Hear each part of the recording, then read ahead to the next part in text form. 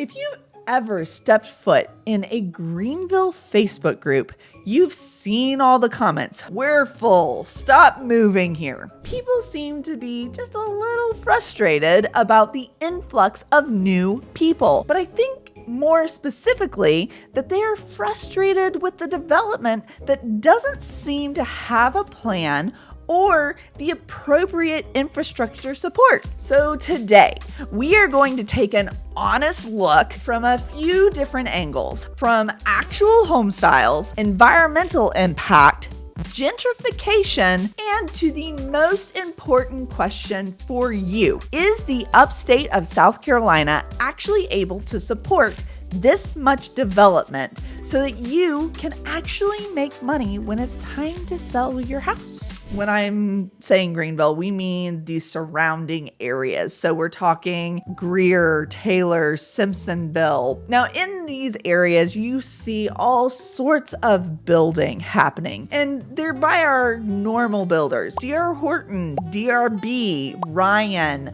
Those homes look pretty cookie cutter. They're all the same. There's like 5 different floor plans. We get it, okay? But the most important thing here that I'm seeing is there's a little bit of discontent in these areas. A builder comes in and puts a extremely modern home on the lot and extremely expensive. Most specifically, I was sent a video a few days ago, someone who has relocated here to the upstate, reacting to a very modern house here, just built in the middle of Easley, South Carolina.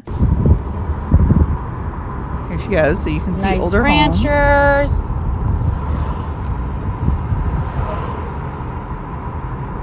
Okay, so you see this house. This is a very normal style that is being built here in the upstate, not just Easley. And she shows this house. It's white and black, has the natural wood accents, and it's very different from all the other houses in the area. Let's keep going. Huh, what's that? What was that? Would you get a look at that? What was that? Do you see the problem? That's not normal. But it is, and that's the thing. When you look at new construction in the area, when you look at the home styles change. Would it have been different if it was painted blue? Like, is it a good thing? Is it a bad thing? Guys, I sell real estate for a living. Like, I love seeing new homes. Sometimes in the area, a new house just needs to be built. I will say, though, that one of the harder parts of putting a brand new house in the area like this ties directly into something called gentrification. I'm going to talk about that here in just a second. So when it comes to building houses, do you just expect people to build like 1,200 brick ranch houses all the time? Or do you expect them to become a little bit more modernized? That's what's happening. I just read an article that there is 80,000 people that relocated to South Carolina alone last year. And when people relocate, they need a place to live. So either we can build more houses for them to live, or your real estate's going to get really expensive. And when there's an inventory problem because there's more demand, it's just going to be more expensive if we don't continue to build. Just a thought. This is a hard one. Let's talk about land development. Now, I hear this a lot whenever I see the comments of we're full, there's not enough room, go back where you came from, don't come here, whatever. Here's the deal. If you've driven around Greenville, Spartanburg County, Anderson County, there is a lot of land. What I want to talk about specifically, though, is new neighborhoods and why it's so important that these new neighborhoods slow down their building just a little bit and you don't have issues like this. Don't forget, we run a real estate team and we want to be your choice whenever you are relocating here to the area to help you buy or sell a house. So reach out to the team because that's what we do. Well, after the rain comes the rainbow, or at least that's what they say. Yeah, but one upstate neighborhood is having a hard time looking on the bright side after rainstorms soaked and flooded their area. So South Carolina in the springtime, we get a lot of rain. This specific neighborhood that we're getting ready to see is a new construction nightmare. Yeah, it's more of an annoyance than anything. I just want to show you what we're dealing with. This is supposed to be mulch right now. It's about 5 to 6 inches. Look at that, 5 to 6 inches of mud here on this property. And this property is not alone. It's a whole row of houses close to a construction site. And they say this is far from the first. So I do want to note one thing, red mud in South Carolina, that's a normal thing. It's clay. You see it all over the place, but that is not supposed to happen. The first problem. And if you think this is bad, let's show you some of what it looked like yesterday. This isn't supposed to be waterfront property. It's awful. Like, look at it. It's only getting worse. Today, homeowners in Phase 1 of Braxton Ridge Subdivision in Fountain Inn are... There you go. So this builder, they're selling $300,000 to $600,000 houses. And this is all coming about because the land was not developed correctly. I will say this from experience, that builders who can build a house really fast is not always a great thing. I sold a house out in Spartanburg and they had a house being built right behind them. The land got regraded and then all of a sudden a basement that had been dry the entire time they had owned it was getting water, 2 to 3 inches of water in the basement every time it rained. And the only thing that changed was the land behind them was developed. There's also a location factor to this. I'm seeing more and more neighborhoods popping up right on the interstate. Like, you can only imagine what the sound is like in the area. But I think a lot of people don't really think about this until it's too late, until they have flooding or until they have a sound problem, or maybe they have more of an environmental problem like radon. If you're building up in the mountains or close to the mountains, that's something else that you need to be aware of. If you don't know what radon is, you need to reach out to our team. We can tell you what radon is. It's a thing whenever you live close to the mountains. And how does that impact your resale value? We'll talk more about that later. So what do we need to make sure is in place whenever new communities, new people are building on the land in our area? Well, I think it really comes down to the counties having the amount of support they need.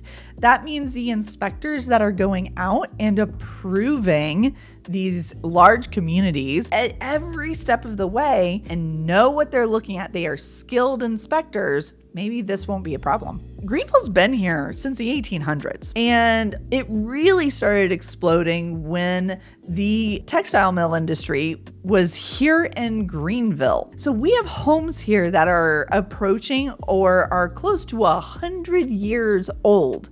And believe it or not, houses do have a lifespan.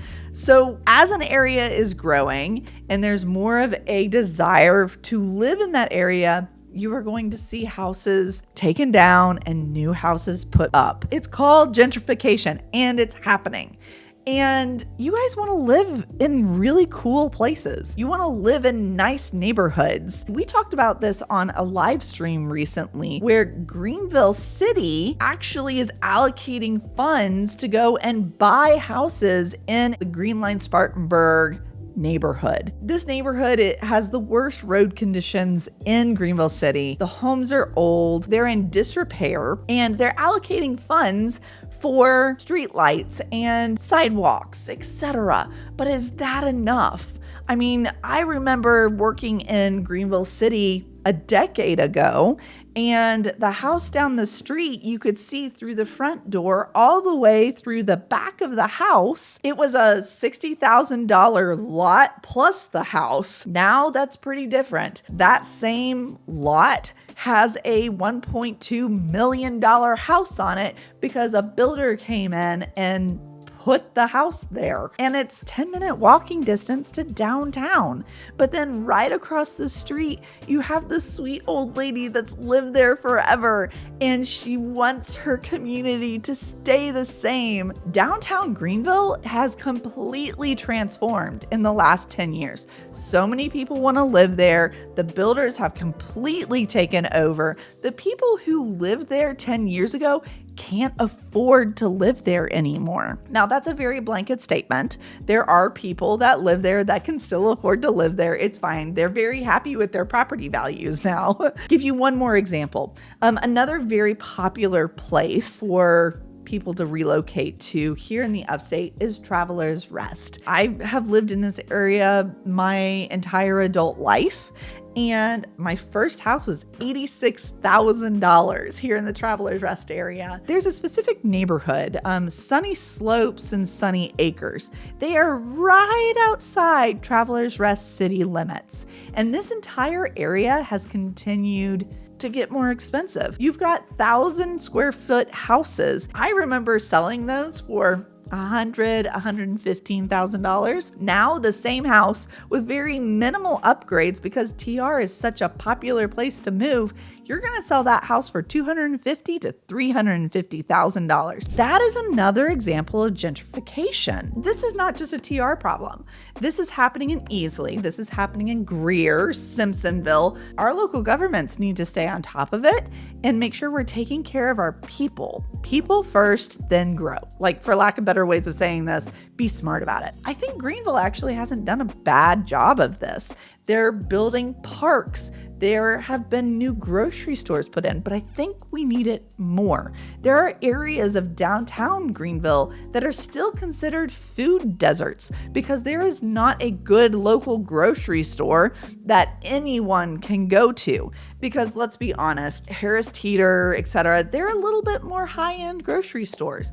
Maybe we need a Publix, maybe we need a Food Lion and Ingles. How we do this in a better way is we just make sure we're taking care of people. We put the businesses there that are needed, the parks, the grocery stores, and urgent care, and we go forward from there. We need to make sure that as we are developing, that obviously the roads can support everything. And I had this great article about a proposed subdivision in Piedmont. Now, this proposed development is going to add 300 houses.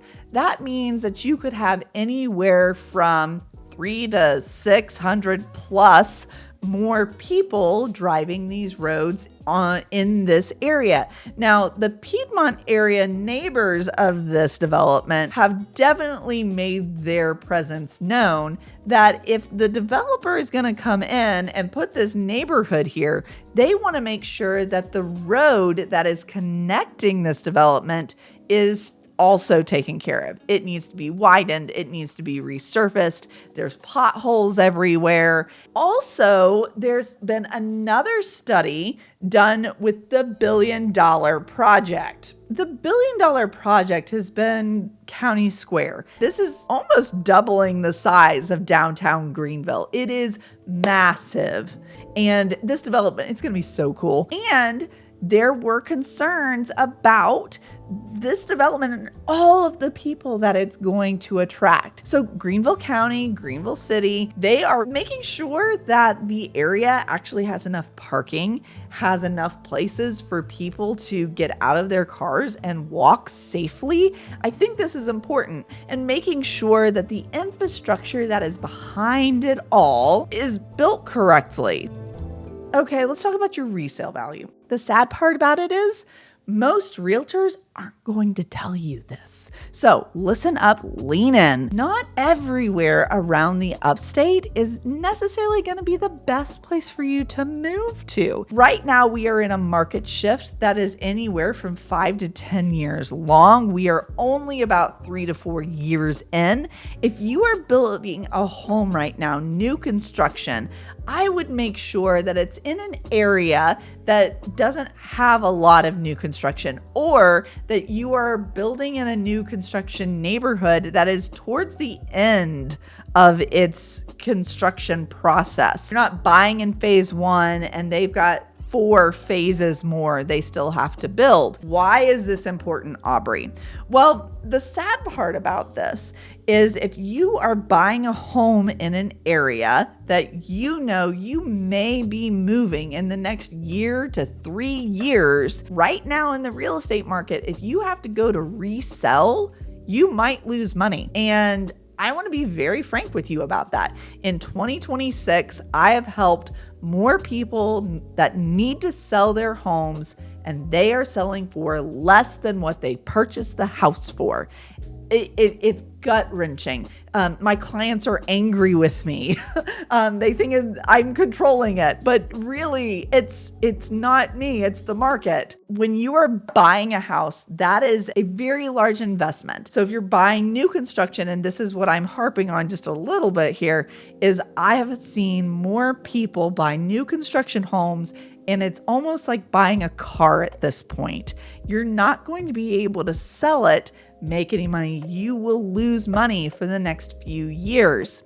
Now, does that mean that you shouldn't buy new construction right now? Absolutely not. If you know you're going to be here for a while, great. Just pay attention to your area and what's around it, especially if you know you're not going to be in that house for 5 years. Like, you need to be there for a second. If you're buying existing homes and you're going, okay, well, does the same rule apply? Not as much. Existing homes have continued to appreciate, but our market is very flat right now. We are continuing to see increases in value, but when it comes to all of these different factors and we're looking at the resale value, I know you love the house and you're so excited about it in the moment, but we're going to slow down. And as your realtor, what our team is trained to do is we're going to tell you about the overall area, and then we're going to move forward with all the information we can possibly give you. So if that's what you're currently experiencing, reach out to us. We would love to help, and scan the QR code that's up here on the screen, because that's how you get in contact with us. If you're interested in more information, you should go watch this video.